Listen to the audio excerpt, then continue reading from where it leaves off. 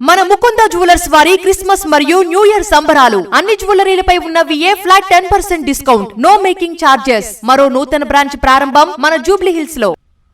ఆసేతు హిమాచలం నూతన సంవత్సరాన్ని ఘనంగా ఆహ్వానించింది. 2025కు వీడ్కోలు పలికిన భారత అవని కోటి ఆశలతో 2026లోకి అడుగుపెట్టింది. నూతన సంవత్సరంలో తమ ఆశలు ఆకాంక్షలు ఫలించాలంటూ భారతీయులు హ్యాపీ న్యూ ఇయర్ అంటూ నినాదాలు చేశారు.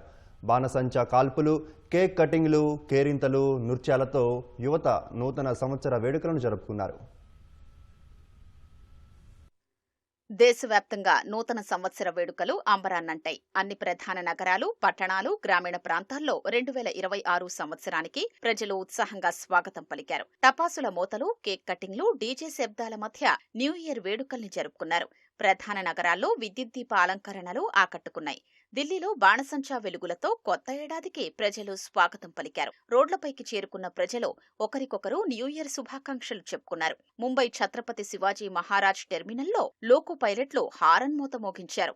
ప్లాట్ఫామ్లపై ప్రయాణికులు నృత్యాలు చేస్తూ సంబరాలు చేసుకున్నారు. చెన్నైలో జోరు వర్షంలోనే నగరవాసులు నూతన సంవత్సర వేడుకల్ని జరుపుకున్నారు. మెరీనా బీచ్ వద్ద యువత సందడి చేసింది.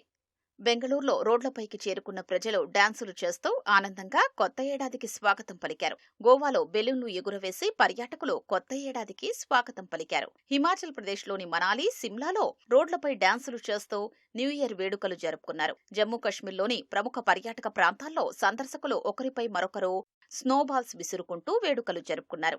జార్ఖండ్లోని రాంచీలో నూతన సంవత్సర వేడుకలు ఘనంగా జరిగాయి. పంజాబ్లోని స్వర్ణ దేవాలయం వద్ద భక్తులు కొత్త ఏడాది సందర్భంగా పూజలు నిర్వహించారు.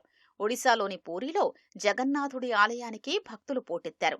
కేరళలోని తిరువనంతపురంలో ప్రత్యేక ప్రార్థనలు నిర్వహించారు. దేశవ్యాప్తంగా నూతన సంవత్సర వేడుకల్లో అపశృతులు దొరలకుండా భద్రతను కట్టుదిట్టం చేశారు. ప్రధాన నగరాల్లో ట్రాఫిక్ పోలీసులు డ్రంక్ అండ్ డ్రైవ్ పరీక్షల్ని నిర్వహించారు. ముఖ్యంగా డ్రగ్స్ సరఫరా, వినియోగంపై ప్రత్యేక నిఘా పెట్టారు. ఢిల్లీలో వాహనాల రద్దీని నియంత్రించేందుకు 1250 మంది ట్రాఫిక్ పోలీసుల్ని మోహరించారు. ప్రమాదాలు జరగకుండా ముందు జాగ్రత్తగా కొన్ని రహదారుల్ని మూసేశారు. హోటళ్లు, క్లబ్బులు, పబ్బుల వద్ద రద్దీని దృష్టిలో ఉంచుకుని జాగ్రత్తలు తీసుకున్నారు. జమ్మూ కశ్మీర్లో భద్రతా సిబ్బంది వాహనాల తనిఖీ చేపట్టారు. దేశ ఆర్థిక రాజధాని ముంబైలో డ్రంక్ అండ్ డ్రైవ్ పరీక్షల్ని నిర్వహించారు.